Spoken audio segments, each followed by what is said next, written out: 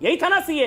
ये विदेशी मुसलमानों के लिए अपने घर में आग लगा देते ये लोग, और हम हमारे जो भाई हिंदू अगर मर रहे हैं बांग्लादेश में, उनके लिए भी आवाज नहीं उठा सकते। Too many thoughts on my mind, I can't sleep at night, so I just keep writing. बने वो चाहता है कि वो पढ़े, लेकिन भारतीय जनता पार्टी चाहती है कि जो गरीब ओबीसी के बच्चे हैं, दलितों के बच्चे हैं, वो तो दंगाई बन जाए, वो मॉब लिंचर बन जाए, वो राम भक्त गोपाल जैसे गोली चलाने वाले बन जाए। हमारी ऊपर ही गोली चली थी माता जी, मैं तो बच गया।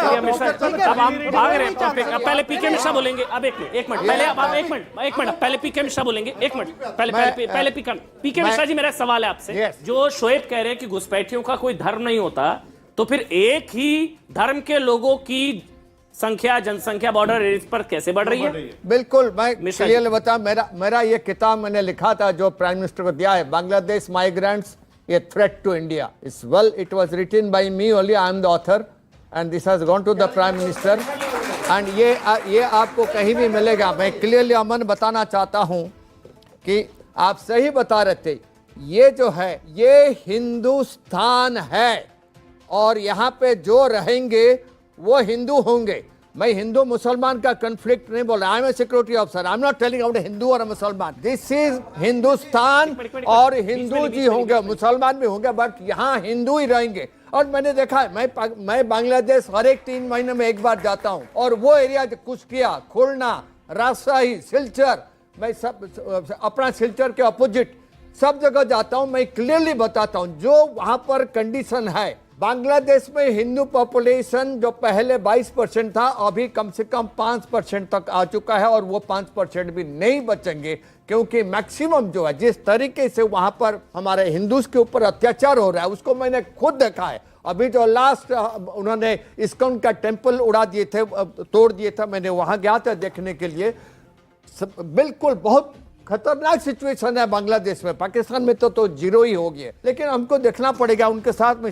एनआरसी बहुत जरूरी है इस कंट्री में, क्योंकि जो है आए हैं इनको भगाना पड़ेगा। ये हिंदुस्तान है, जो हिंदू को तो हम रखेंगे ही रखेंगे। जो बांग्लादेश से मुस्लिम्स आए हैं, जो म्यांमार से जो आए हुए हैं, वहां पर रोहिंग्याज आए हैं, जिनके पास बेशक उनके पास अथॉरिटी है इंडिया में रहने के लिए, कुछ नहीं बात है, इनको सबको भगाना पड़ेगा, और गवर्नमेंट को इसके ऊपर एक्शन लेना बहुत जरूरी है। मेरे को बस एक चीज की हाँ, विदेशी मुसलमानों के लिए बैठ गए थे आप लोग। एनआरसी का जो मौजूदा प्रारूप है, एनआरसी का जो मौजूदा प्रारूप है और सीए का जो मौजूदा प्रारूप है, आप एक चीज सीखिएगा शोएब भाई से। के सांसद हैं, एक मैं आपसे मैं सीख रहा हूँ एक चीज, उन्होंने खुद मुझे अजय आलोक और अश्विनी उपाध्याय, मुझे एक चीज सीखनी चाहिए।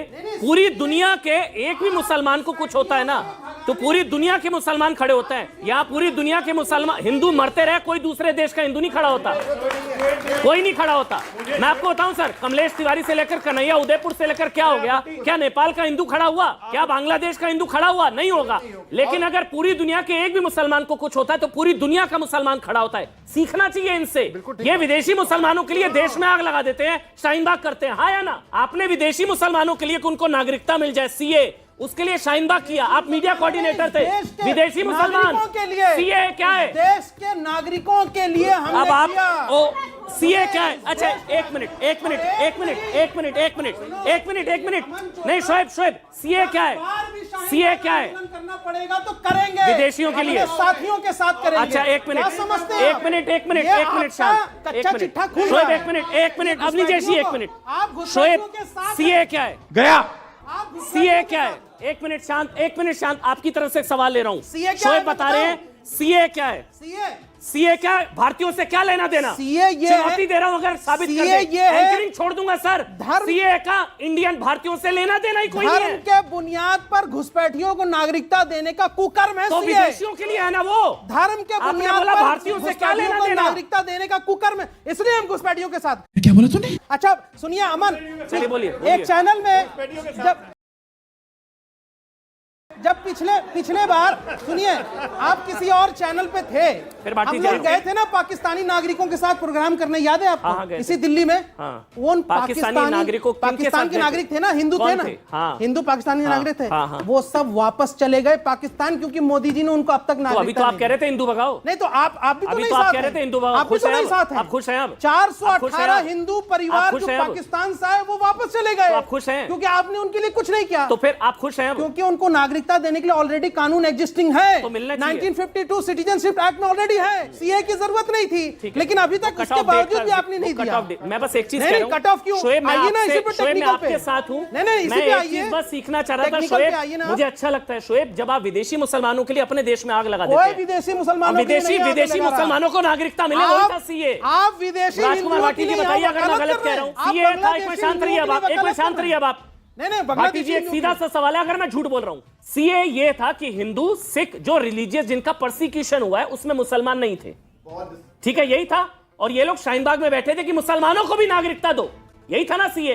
ये विदेशी मुसलमानों के लिए अपने घर में आग लगाते थे ये लोग, और हम हमारे जो भाई हिंदू अगर मर रहे हैं बांग्लादेश में, उनके लिए भी आवाज नहीं उठा सकते। Too many thoughts on my mind, I can't sleep at night, so I just keep writing.